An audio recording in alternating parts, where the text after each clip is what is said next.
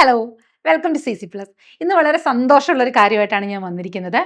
കാരണം എല്ലാ മാതാപിതാക്കളുടെയും ആഗ്രഹമാണ് അവരുടെ കുഞ്ഞുങ്ങളെ ഏറ്റവും നല്ല സ്കൂളുകളിൽ പഠിപ്പിക്കുക എന്നുള്ളത്, അല്ലേ? അപ്പോൾ ഇന്ത്യയിൽ ഏറ്റവും നല്ല സ്കൂളുകൾ എന്ന് പറയുന്ന ഒരു കാറ്റഗറിയിൽ വരുന്നതാണ് നവോദയ സ്കൂളുകൾ. എന്നാൽ അതേപോലെ തന്നെയാണ് സൈനിക് സ്കൂളുകളും.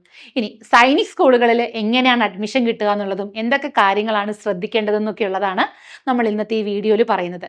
അപ്പോൾ അടുത്ത വർഷം, അതായത് 6ാം ക്ലാസ്സിലേക്കും 9ാം ക്ലാസ്സിലേക്കും പഠിക്കുന്ന കുഞ്ഞുങ്ങളുടെ പാരൻസോ അല്ലെങ്കിൽ കുഞ്ഞുങ്ങളെ സൈനിക് സ്കൂളിൽ ചേർക്കാൻ താല്പര്യമുള്ള പാരൻസോ ആണെങ്കിൽ നിങ്ങൾ തീർച്ചയായിട്ടും ഈ വീഡിയോ സ്കിപ്പ് ചെയ്യാതെ കാണണം. ഇത് വളരെ ഹെൽപ്ഫുൾ ആയിട്ടുള്ളൊരു വീഡിയോ ആയിരിക്കും. ഓക്കെ, അപ്പോൾ ഇന്ത്യയിൽ മൊത്തം എത്ര സൈനിക് സ്കൂളുകൾ ഉണ്ടെന്നുള്ളതാണ്. അതായത് ഓൾഡ് സൈനിക് സ്കൂളുകൾ ശരിക്കും പറഞ്ഞാൽ 33 സൈനിക് സ്കൂളുകളാണ് ഉണ്ടായിരുന്നത്. പുതിയതായിട്ട് ഒരു 40 സൈനിക് സ്കൂളുകളും കൂടി പുതിയതായിട്ട് വന്നിട്ടുണ്ട്. അങ്ങനെ മൊത്തം 73 സൈനിക് സ്കൂളുകളാണ് ഇപ്പോൾ ആകെ ഇന്ത്യയിലുള്ളത്. ഇതിനകത്ത് കേരളത്തിൽ തന്നെ കഴക്കൂട്ടത്താണ് ഓൾഡ് സൈനിക് സ്കൂൾ ഉള്ളത്. രണ്ടാമത് പിന്നെ വരുന്ന സൈനിക് സ്കൂളുകൾ ആലപ്പുഴ, എറണാകുളം, കോഴിക്കോട്, കോട്ടയം ഇവിടങ്ങളിലാണ് ഈ സ്കൂളുകൾ ഉള്ളത്. ഈ തിരുവനന്തപുരത്തുള്ള കിഴക്കൂട്ടത്തുള്ള ഈ സൈനിക് സ്കൂൾ എന്ന് പറയുന്നത് കംപ്ലീറ്റ്ലി ഒരു റെസിഡൻഷ്യൽ ആയിട്ടുള്ള ഒരു സ്കൂളാണ്. ബാക്കിയുള്ള ആലപ്പുഴ, എറണാകുളം, കോഴിക്കോട്, കോട്ടയം ഇതെന്ന് പറയുന്ന ഒരു പ്യുവർ റെസിഡൻഷ്യൽ സ്കൂളുകൾ അല്ല. സൈനിക് സ്കൂളിന്റെ കരിക്കുലം മറ്റു കാര്യങ്ങളും ഫോളോ ചെയ്യുന്ന സ്കൂളുകളാണ്.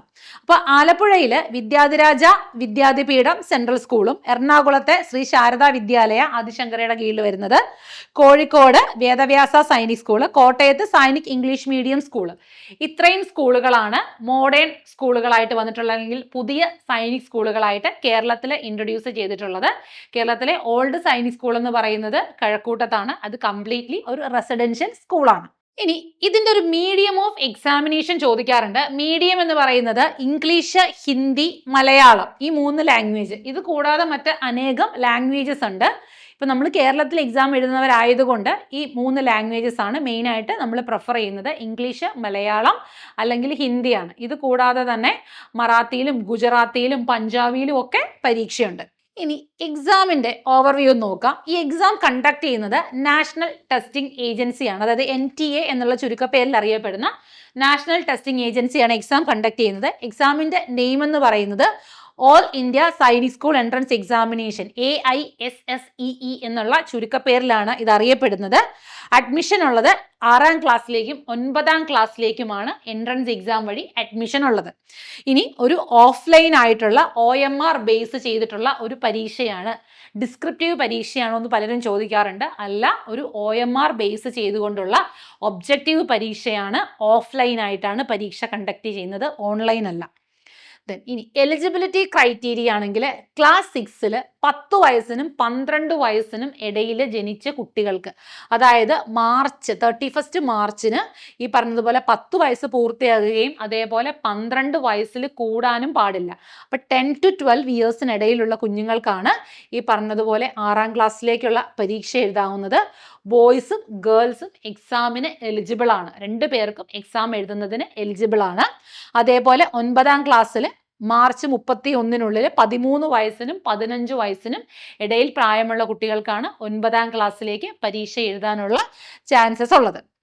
എക്സാം പാറ്റേൺ എന്ന് പറയുന്നത് നമ്മൾ ആദ്യമേ പറഞ്ഞു, ഒരു ഓഫ്ലൈൻ OMR ബേസ് ചെയ്തുകൊണ്ടുള്ള ഒരു പരീക്ഷയാണെന്ന് പറഞ്ഞു.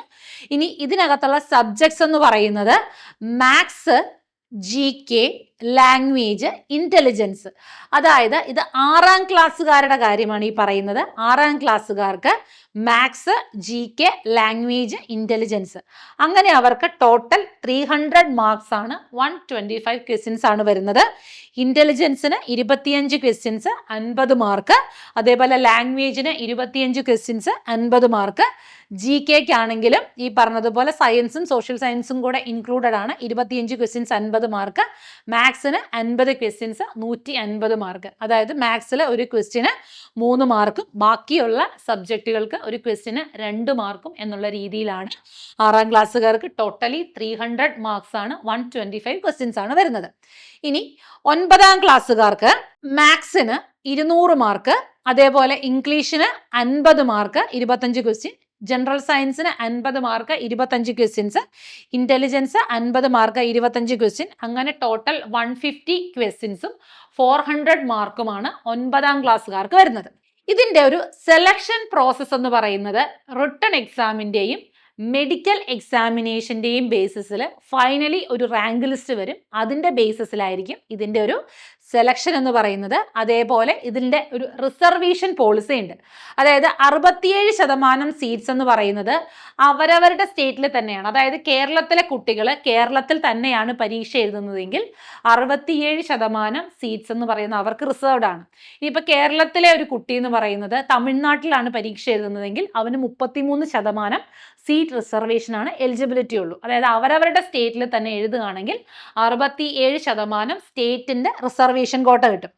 അതേപോലെ ഈ പറഞ്ഞതുപോലെ SC ST കാറ്റഗറിയിൽ റിസർവേഷൻ ഉണ്ട്.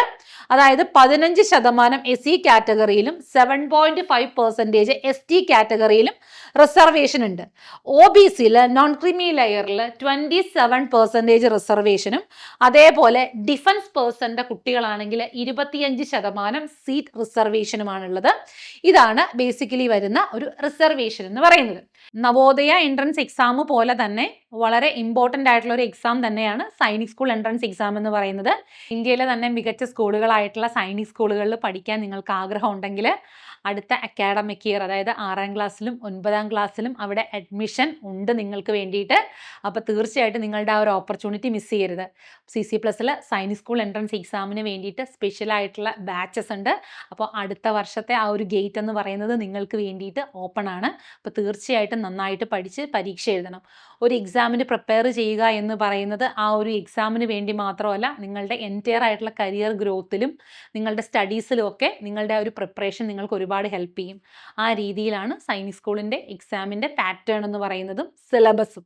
അപ്പോൾ അതുകൊണ്ട് തീർച്ചയായിട്ടും ഈ ഒരു എക്സാം നിങ്ങൾ തീർച്ചയായിട്ടും ഒന്ന് അപ്പിയർ ചെയ്ത് നോക്കണം. നിങ്ങൾക്കൊരു ബെറ്റർ വേ തന്നെയായിരിക്കും. അപ്പോൾ ഇത്തരം ഇൻഫോർമേറ്റീവ് ആയിട്ടുള്ള വീഡിയോസിന് ഈ ചാനൽ ഒന്ന് സബ്സ്ക്രൈബ് ചെയ്ത് വെച്ചോളൂ. അപ്പോൾ ഇത്തരം ഇൻഫോർമേറ്റീവ് ആയിട്ടുള്ള ഒരു വീഡിയോയുമായിട്ട് വീണ്ടും കാണാം.